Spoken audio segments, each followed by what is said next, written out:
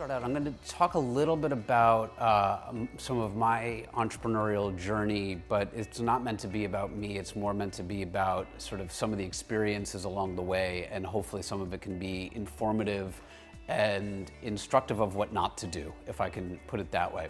But one of the things that I learned across the path of LS9 and then some of the next companies, Juul and whatnot, is the journey of starting companies is really similar, right? Just about every company gets built in almost the same way.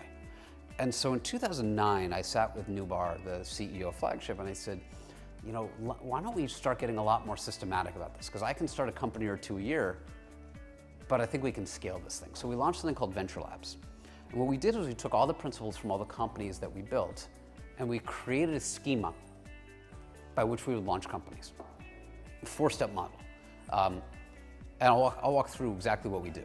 I don't have any slides on it, but I can show a slide if you want to see it. It'll just be like random balls and dots and things like that, and it won't be that useful. But what we realized is there's a set of problems that entrepreneurs face along the way, and there's a set of errors that entrepreneurs make along the way, and we wanted to overcome those and engineer a system that overcomes these problems.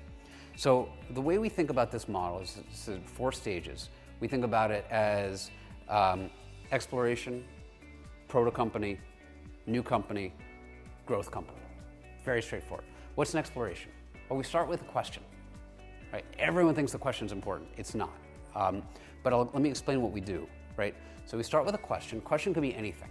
And then we spend about 6 weeks separating truth from belief. This is super important. And then we spend about 6 weeks forming a set of hypotheses. So let me walk through this, right? As I said, everyone thinks the question is really important. All the question is a starting point. That's all it is. And you have to, and I think it's really important to remember this. Where I like to focus these is on things that are funny to me, or things that don't make sense. Because if things don't make sense, they're probably wrong. So those just turn out to be really interesting spaces. Then